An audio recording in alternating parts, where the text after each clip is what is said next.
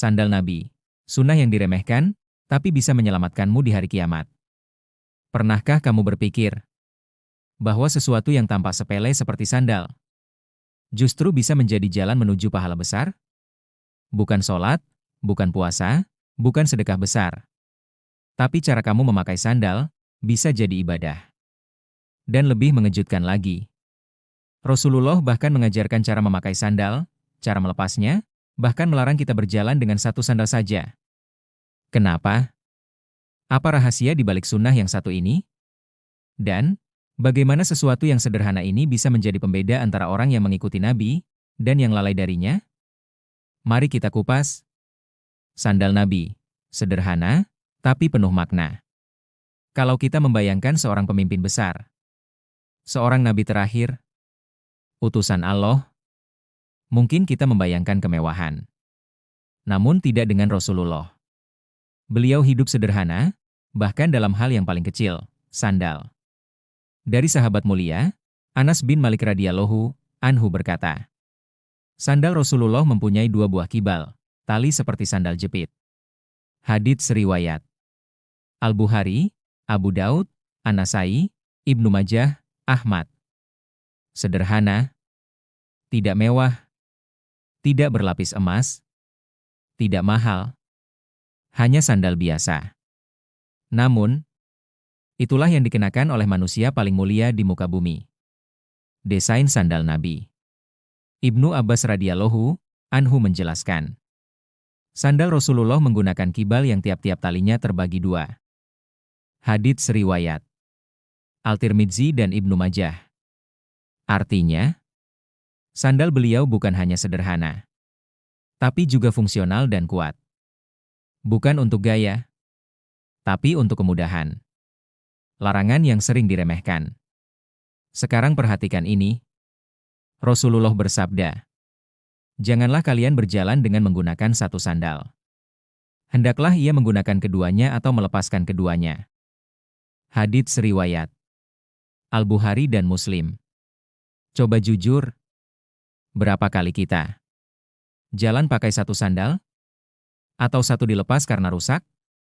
Padahal, ini bukan sekadar adab biasa. Ini adalah larangan langsung dari Nabi.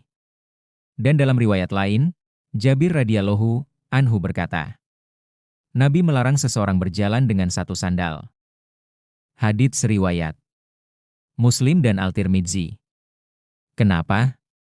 Para ulama menjelaskan, karena tidak adil pada tubuh, mengganggu keseimbangan, dan menyelisihi kesempurnaan adab. Hal kecil, tapi menunjukkan ketaatan besar.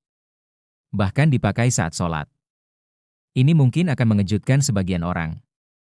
Rasulullah pernah sholat memakai sandal. Dari Amr bin Huraits radhiyallahu anhu. Aku melihat Rasulullah sholat dengan memakai sandal yang bertambal. Hadits riwayat Al-Tirmidzi dan Ahmad. Subhanallah, sandal tambalan dipakai dalam sholat. Ini menunjukkan bahwa Islam bukan agama yang berlebihan dalam penampilan. Selama bersih, maka sah. Dipakai saat wudhu. Ibnu Umar radhiyallahu anhu berkata, aku melihat Rasulullah mengenakan sandal yang tidak berbulu, dan beliau berwudhu dengan mengenakannya. Hadits riwayat Al-Bukhari dan Muslim. Ini menunjukkan kesederhanaan, kemudahan dalam syariat, tidak berlebihan dalam ritual, adab yang jarang diamalkan. Rasulullah mengajarkan detail yang luar biasa. Dari Abu Hurairah radhiyallahu anhu, jika kalian memakai sandal, mulailah dengan kaki kanan. Jika melepas, mulailah dengan kaki kiri. Hadits riwayat Al-Bukhari dan Muslim. Dan dari Aisyah radhiyallahu anha, Rasulullah senang mendahulukan yang kanan dalam segala urusan.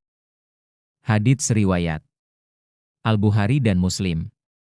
Coba renungkan, hal sekecil ini saja diajarkan. Artinya apa? Islam bukan hanya tentang ibadah besar, tapi juga tentang detail kehidupan sehari-hari. Jejak para sahabat. Para sahabat sangat serius dalam mengikuti Nabi. Abu Hurairah radhiyallahu anhu berkata, sandal Rasulullah, Abu Bakar, dan Umar menggunakan 2 kibal. Hadits riwayat Al-Tirmidzi. Mereka meniru. Bukan hanya sholat, bukan hanya jihad, tapi bahkan cara memakai sandal. Bandingkan dengan kita hari ini. Hari ini, kita lebih bangga mengikuti tren. Lebih peduli merek sandal. Lebih sibuk gaya daripada sunnah. Padahal, sandal Nabi mungkin lebih sederhana dari milik kita.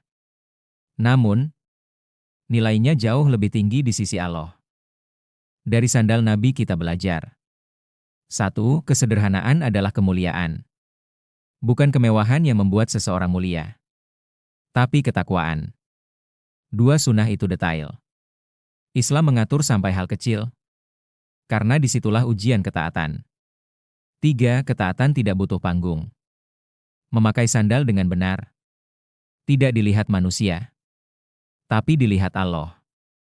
Bayangkan ini, jika kamu mulai memakai sandal dengan kaki kanan, melepas dengan kaki kiri, tidak berjalan dengan satu sandal. Semua itu bisa menjadi pahala, tanpa biaya, tanpa usaha besar. Hanya dengan niat mengikuti Nabi. Rasulullah tidak meninggalkan satupun kebaikan, kecuali beliau telah menunjukkannya. Dan tidak meninggalkan satupun keburukan, kecuali beliau telah memperingatkannya. Bahkan, tentang sandal. Maka pertanyaannya sekarang, apakah kita masih meremehkan sunnah? Atau mulai hari ini, kita hidupkan kembali sunnah, meski dari hal yang paling kecil?